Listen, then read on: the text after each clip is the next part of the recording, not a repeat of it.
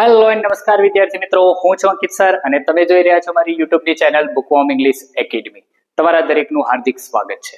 વિદ્યાર્થી મિત્રો, આ વિડીયોમાં આપણે વાત કરવાના છે ધોરણ 9 ના જે સ્વ અધ્યયન પોથીનો ભાગ નંબર 2 છે, એના unit number 3 Mohan and his veena એના સોલ્યુશન વિશે. એકદમ સંપૂર્ણ સોલ્યુશન આપણે એકદમ સરળ ભાષામાં આ વિડીયોમાં જોવાના છે.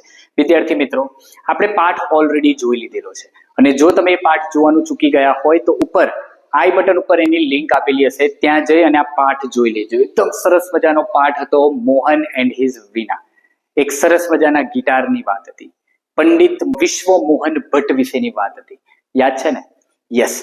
તો આ છે ગવર્મેન્ટ દ્વારા આપેલી જે સ્વઅધ્યયન પોથી છે એના સોલ્યુશનનો વિડીયો. અને યાદ રાખજો વિદ્યાર્થી મિત્રો કે આ પીડીએફ તમને એકદમ ફ્રીમાં મળવાની છે આપણી ટેલિગ્રામની ચેનલ ઉપર. એની લિંક તમને નીચે ડિસ્ક્રિપ્શનમાં આપેલી છે, ત્યાં જઈ અને તમે આ પીડીએફને બિલકુલ ફ્રીમાં ડાઉનલોડ કરી શકો છો.